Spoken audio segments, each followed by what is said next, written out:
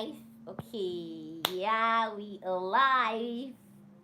Hi guys, welcome to today's live stream. Nice having you guys here again. It's kind of been like how many days? I think 2 days or so that we've not had a live stream, and I'm like, no, no, no, we need to have another teaching session. We need to have another interactive session, another very important session. And today we are going to be discussing about 13 attributes of a competent pilot.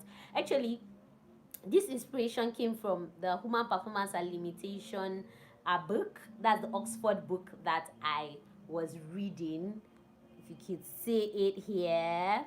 Okay, from there, this was where we discussed the last time about things that causes accidents. If you can remember, we discussed about things that can cause accidents and the measures of things that cause accidents. So today we're going to be talking about, remember when we talked about this chart about things that can cause accidents? So today we are going to be talking about attributes of a competent pilot. But if you looked at the thumbnail of this video, you're going to see something. Airspeed, altitude, and brains. You need any of these two to stay alive as a pilot. Is either you have airspeed and altitude, or you have altitude and airspeed, or you have altitude and brains, or airspeed and brains. Because there's something some of our instructors usually tell us when we are flying. Guys, like, Charlie, there's one particular instructor always says this thing. He says, guy, use your brain. Use your brain. Because sometimes you meet some situations. I don't know if you've watched a lot of accident investigations. Hi, welcome you guys. If you watch a lot of accident investigations, you're going to see that there are some situations that faced these pilots that they were not actually expecting it. Hi, welcome about me. Nice having you here. There are situations that faced these pilots that had never happened before in the history. And funny enough, what I mean never happened in history, like, because when you go for simulator, you guys practice emergencies that are like likely that has happened to other people and things that they are trying to avoid not to happen again. So having all these things, there are situations that people meet and you have never experienced it again. So you have to use your brains. Like now, for the situation of Captain Sully that we always talk about. Oh, Captain Sully is a hero and all that and all that. Yeah, he's a hero. But you see that kind of situation, if he wanted to work solely by the books, he wouldn't have made it alive with all those passengers on board. So, without wasting much time, we're going to go straight into the topic that we have for today. We're going to go straight into the topic we have for today. The attributes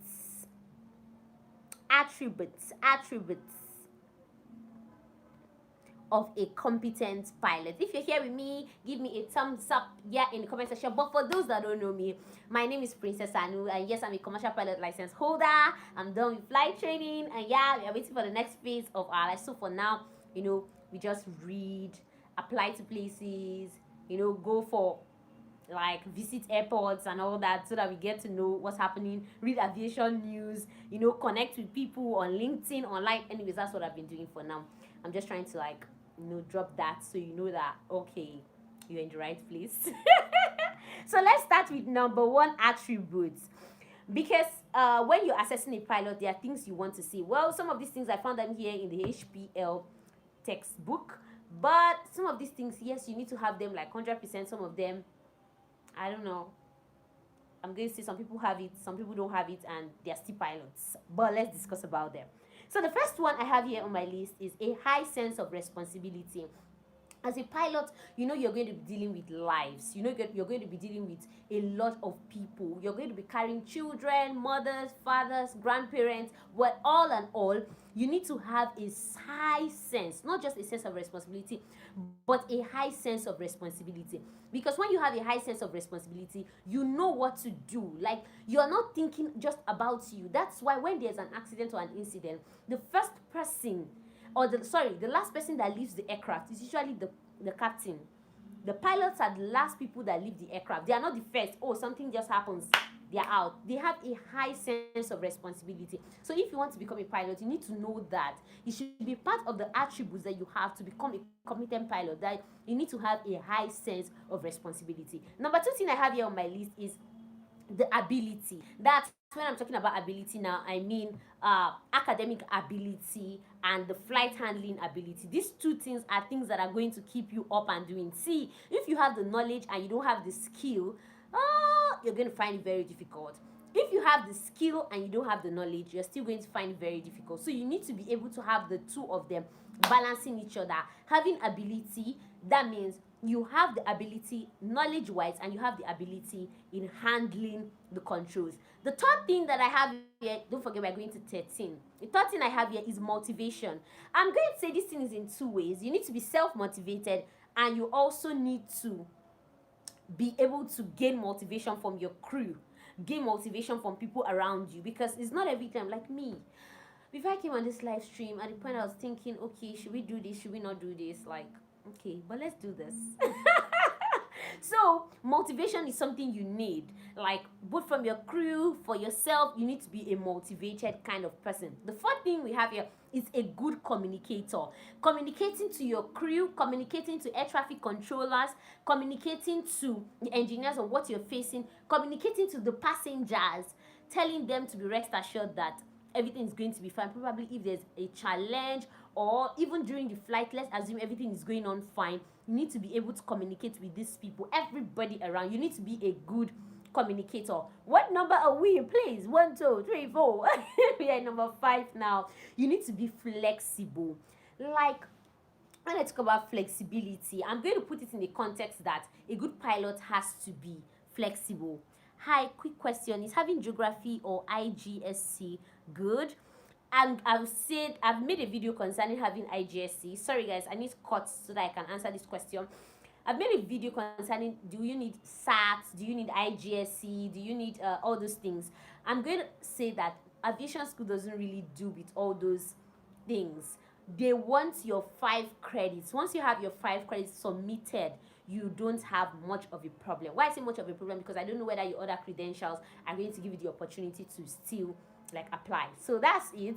If you just have your number 5 credits, whether it's WAEC, whether it's NECO, whether it's your grade 12 exams, once you have your 5 credits, including maths, physics, and English, then you're good to go. I was talking about flexibility. You need to be flexible. Like, you have this, you don't have this. What are you going to do if the situation meets you? Okay, you were about to go to destination A, but you went to destination A and things are not the way you were expecting. So what do? You have to go to destination B. How do you do that? You need to be flexible, like not one. In fact, no, there's something my instructor usually say. He's saying don't be mechanical. A pilot's not supposed to be mechanical, like I've been doing it like this. This is how I'm going to do it. This is how I'm going. No, you're supposed to be flexible. It's not working like this. You find another way to make it work out. Number 6, physical fitness.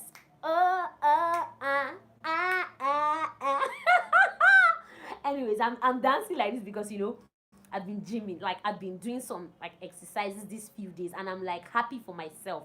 And a lot of us just take exercise as you must be like very fat before you can do your exercise. You need to be physically fit in all ramifications. Your weight, you need to be fit.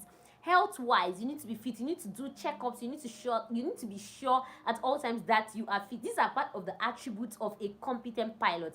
A pilot that is not fit, of course, guys, don't forget the unsafe checklist: illness, medication, alcohol, stress, fatigue, all those things. You need to be sure that you are fit. If you're not fit, you can't fly. You're going to lose your medicals, and you don't want to lose your medicals. Next one is reliability. Are you a reliable person? They say, oh, your captain is saying that, oh, we are going to take the next flight around 8 a.m. and you're coming to the aircraft at 15 minutes to 8. It's not possible, because you need to do your pre-flight, you need to fill your flight plan, you need to check the weather. So you have to come at least 1 hour, 1 hour 30 minutes before the time of the flight. So you need to be a very reliable person. If you're not reliable, I have heard it, and yeah, I've not worked in the airlines yet, but I've heard it that, like, if you come late, your captain can even decide to ground you, or your captain can decide to go with someone else, or your captain can decide not to trust you, or that kind of thing. You don't want to create a wrong impression. So I'm giving you guys all these tips, and like I said, I was reading the human performance and limitation, which is one of the courses you're going to do in flight school, and it's something you're still going to do. ATPL, everything, you're still going to have it as a manual, like throughout your life as a pilot. So you're supposed to take these attributes and have it at the back of your mind that these are some things that I have to stay with. These are some things that has to be with me, and I have to live that life of reliability. I have to live that life of a high sense of responsibility. I have to live that life of motivation. I have to have the ability, the skill, the knowledge. All these things, you need to have them at the back of your mind. Let's move over to the next one. You need to have a balanced personality. This one, I don't really think like it's a 100% kind of thing. And the reason why I said I don't think it's a 100% kind of thing, because there are people that they don't have, their personality can be and they're still pilots. So some of these things are not like you must have them like 100%. No, there are some that you definitely have. There are some that you might not really have. It can be like dicey and all. But just make sure you have at least, let's say, what ratio are we going to give? Let's say an 80%, because you know aviation 75% is the pass mark and you don't want to go below 75. So let's give it 80%. At least you need to have at least 80% of all these things in your life to make sure that you are a competent pilot. Of course, we are not perfect human beings. We are not like, oh, we got everything figured out. Oh, we have everything. We know everything. But at least you need to know majority of these things. You need to be able to have majority of these things as characters in you for you to be a competent pilot. The next one is you need to be a team player. This one you cannot do without it. See, guys, anyways, when you start flying cross country, you're going to know better. When you start working with more people, you're going to know better. So this one, I don't want to do. I want you to experience it so that you know, okay, am I a good team player? You can judge for yourself. You need to be able to relate with so many people, because I flew with a lot of people. I mean, during cross-country flights, and I also flew with a lot of instructors. Like almost all the instructors in NCAT, I think I flew with them. Just a few of them that I did not fly with, because obviously somebody is going to do your check ride, and that person is going to do your progress check. You know, another person is going to do your, like, maybe fly you. Probably your instructor is not around, so you need to be a team player. You need to be able to relate with this, relate with that, relate with this one, like, you know, just try to like balance the whole thing. Now the next, what number are we? Well, I think we are already number 9, so thereabout. Yeah. You need to be calm under stress. You see, this one, I've always been trying to learn it, and I think I'm getting very good at it now. You need to be able to be calm under stress, because when things are not going the way you want them to go, it's not a time for you to be doing hi, welcome to the conversation. You came late. We are almost done. Like, you came more than 30 minutes late. 30 minutes late. Oh my god. And Aviator does not come late. So I think you should no, I'm just kidding, but you came late anyways. So you need to be able to be calm under stress. Hi, Robbie, welcome. You need to be able to be calm under stress. You need to be able to balance things. Like, when things are not going the way you want them to go, that is not the time for you to be you need to put yourself together and be able to deliver despite the situation. Next that we have on our list here, which is number 11, you need to have an eye for details. An eye for detail. Because if you don't have an eye for detail, like, guys, I told you that on my first solo, I took off flapless, which was wrong. If you don't have an eye for details, you will not know if you put on that switch. You will not be able to notice if the flaps is in stage 1 or stage 2. You will not be able to notice if this, that. No. You should be able to notice every single thing, at least to a very large extent. That is why most of the cockpits have light annunciations that if they are on, you know that they are on. If they are off, you know that they are off. So you need to have eyes for details, which is very, very important. And now number 12, competency in risk assessment. I think this one should be a course on its own, where we all learn how to take risk assessment and be competent in risk assessment. So I really don't know if this is something that you're just going to have before you get into flight school, or competency in risk assessment. I think it comes with experience and all that. And the last that we have on the list,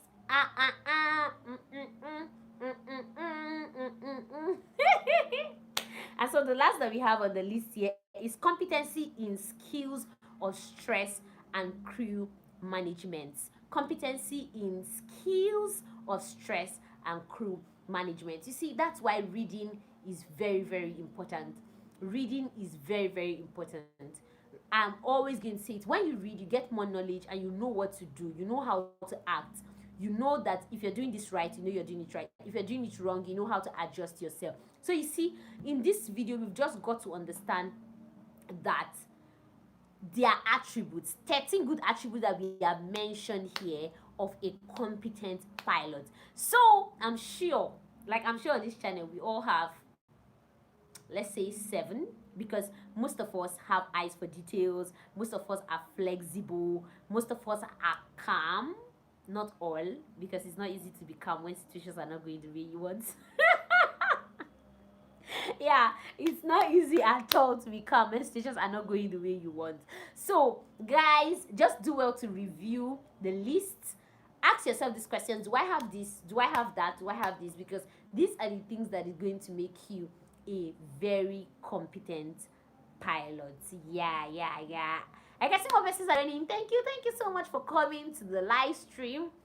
Wow, this live stream is long, like 60 minutes. Oh my god, we have to end today's live stream so that when other people come, they can watch, watch.